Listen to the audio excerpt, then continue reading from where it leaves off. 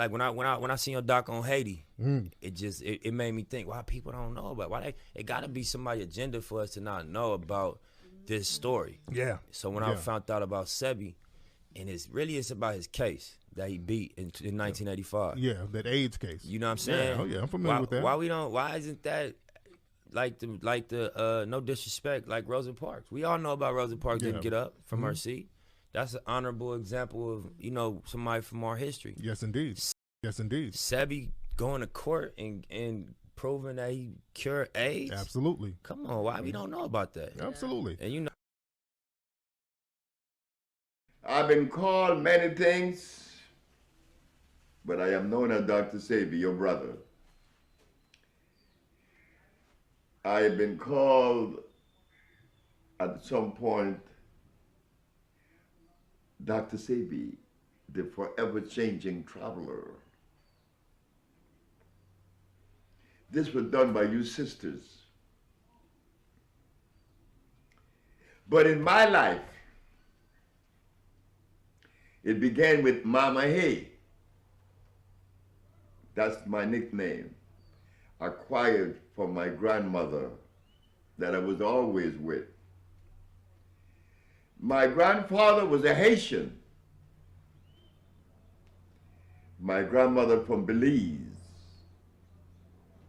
But these two hooked up nice because all they talk about was Africa. Africa, Africa, Africa. I grew up listening to Africa, about Africa. And I learned to like Africa. And I remember my first time to Africa was in 1956. I was happy to go to Johannesburg, to South Africa, not Johannesburg, but to Cape Town. I was happy because Africa is the geography of our genesis. But over the years, all I could hear about Africa from the people in New Orleans and round and about these Africans.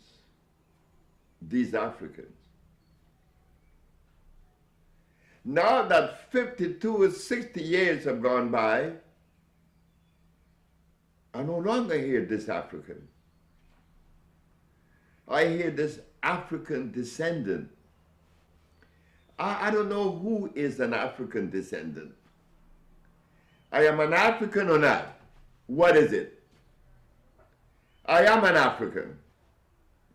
My DNA is not an African descendant. It's African. But because philosophy seemed to have risen to a height that eclipsed all that which is natural,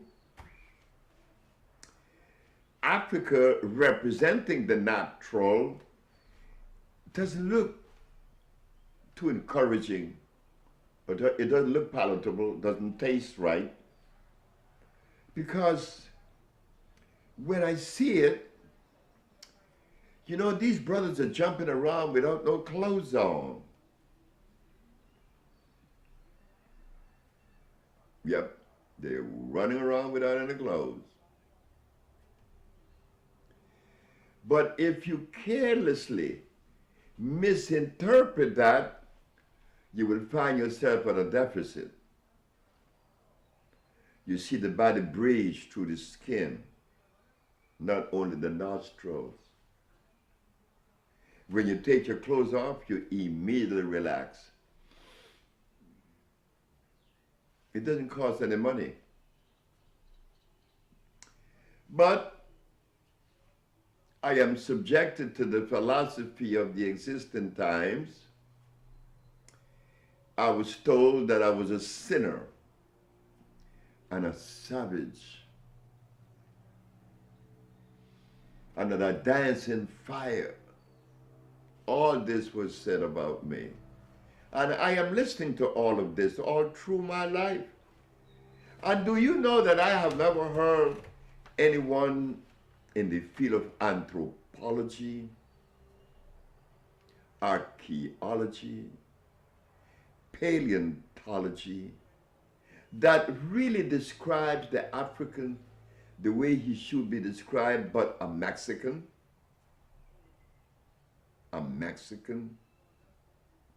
is going to talk about Africa the way that I have never heard.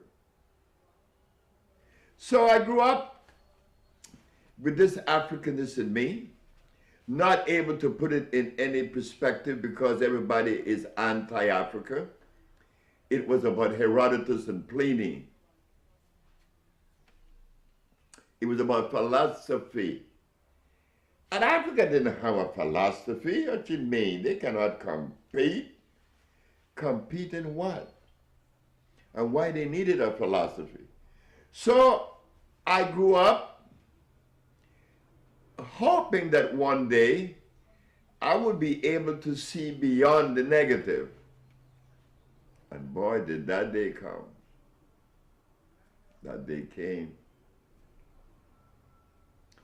It came in the form of a dream. And I began to pay attention. Remember when they said to us, honor thy mother and thy father?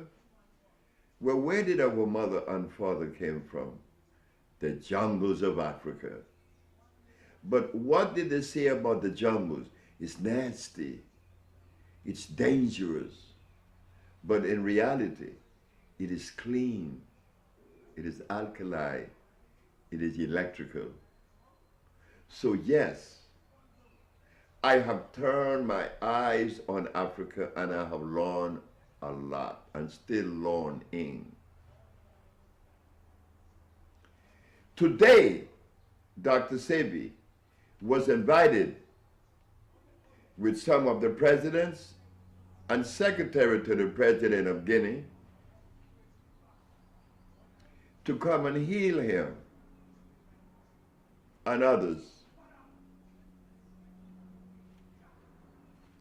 Why should I go to Africa to heal someone that represents the genesis of our beginning? Oh, it's easy to understand that. It isn't that the African is handicapped or that he doesn't have the science or the way to get to from A to B. He never had to do it. You see, Africa was never sick. Africa became sick in the last 500 years. Prior to 500 years, Africa didn't have any vaccine. Africa didn't have any Ebola. Africa didn't have any AIDS, and Africa didn't have any protein. Today, my home is sick. Africa is sick. Is it my duty to stand by, sit by, and see that a lot of things is being offered to the continent that I know affects the biology of the people, eventually weakening the fiber of the country? Africa is sick, but yet they are pumping them up with vaccines, with all kind of serums and proteins. They are selling Africa shiploads of chicken, shiploads of pork meat, and cancer is being found in Congo at age 8, something never before heard of. Sebi, I am not the most important person in the arrangement of the black world. I am the least of the important person in the black world. All I am is a servant, you know. So what does he want? How should we even position this individual that claimed that he could do all of this?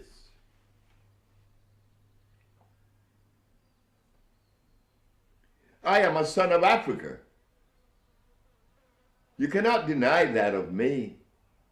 And am I not responsible for contributing to the welfare of Africa? Not only of the black men in Africa, of the Caribbean and American, all over the world, and every race that exists. So, but self-preservation is the first law. So naturally, it is incumbent upon us to touch Mama, to heal Mama. Right now, she's sick. So, I went to South Africa under the leadership of the most humble and distinguished Sir, Mr. Nelson Mandela. Well, they looked at me like I was lesser than. After showing them documents, diagnostic sheets, HIV positive, HIV negative, I showed that to the Board of Health of South Africa. And AIDS is running rampant in South Africa. And you mean to tell me that the government of Mr. Nelson Mandela, that is so revered and all over the world as being a great liberator of peace, find it necessary to reject what Dr. Sebi had to say? Well, you could investigate it yourself. They kicked me out. Get out! Thanks. Me, I do stupid things. Oh yeah, many, many, many times. I do stupid things. I picked up my $35,000 and went to Zimbabwe under the leadership of Mr. Robert Mugabe.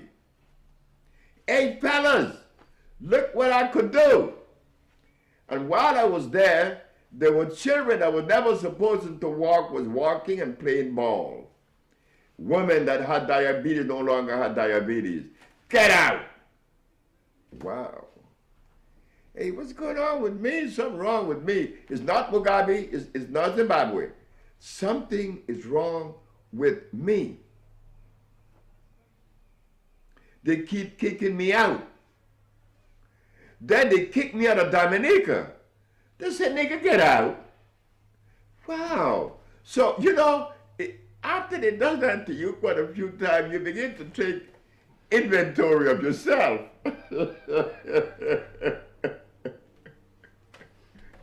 Oh my God, what's wrong with Sebi? So today, Africa still is my responsibility because I know that the compounds that Europe is selling to Africa is not helping in any form, shape, or fashion because they are inorganic chemicals. And if there is a biochemist or a nutritionist that could prove to us that all these vaccines has a place in the African biology, please come forth and show us. Because 500 years prior into millions of years, we were not vaccinated then. Why now? Why now? Yes, I take the responsibility for reconstructing the genetical predisposition of Africa, or the genetical condition, not the predisposition, but the condition. Why? It has been what? Interfered with. Why not? I am the son of Africa. I have tried many times and they kicked me out. But President Kikwete, yes, I love you, my brother. You showed love for Dr. Sebi from Tanzania. And I will be coming to Tanzania soon, my president, because I would like to do something in East Africa. Africa is where you find some of the best herbs in the world. We could set up laboratories in Africa, processing plant, and supply ourselves with that, and we would be healthier people. Because in the short time that I was in Zimbabwe and in where else I were? In Guinea. Oh yes, I forgot. Guinea. Oh my God. Last but not least, I can't forget you, Guinea. You treated me under the leadership of Lansana Conté like I love to be treated as a brother. But it was Lansana Sako that took us there because he was sick. And you treated me royally. And I always remember you, Guinea. I remember going to Fulamori. And I promised that I would return to Fulamori and develop a healing center, because the terrible waters in Fulamori has minerals that has never been recorded. And I was so healthy when I was there. So yes, Guinea, Conakry, I want to be part of you also, because I am already your brother. So yes, Guinea and Tanzania, West Africa and East Africa showed love for Dr. Sebi. And it is my greatest desire, it would be the joy of my life to be given the privilege to exercise the African biomineral balance on the continent of Africa. Why? Because here we have shown, by using the African biomineral balance, to reverse AIDS and all the other diseases. Why? It is organic. It is electrical. It resonates with us. It is ours. It is from our culture. Africa, yes, I'm indebted to you. Yes, you are my mother, and I love you. Thank you very much. Gotta let that ego go, so my soul can flow. I let my soul flow. I let my soul flow. I don't know. I don't know. My soul flows. My soul flows. I don't know. I don't know. My soul flows. My soul flows. The more I Going to court and proving that he cured AIDS. Absolutely. Come on, why we don't know about that? Absolutely. And you need, like when I seen your doc on Haiti, it made me think, why people don't know? But why it gotta be somebody's agenda for us to not know about this story. Yeah. So when I how many times for the same dude? So my soul how many minds caught in the same deception? I let my soul. How many trials for a fool? I let my soul. How many times you try the same trick? Maybe that's all you got.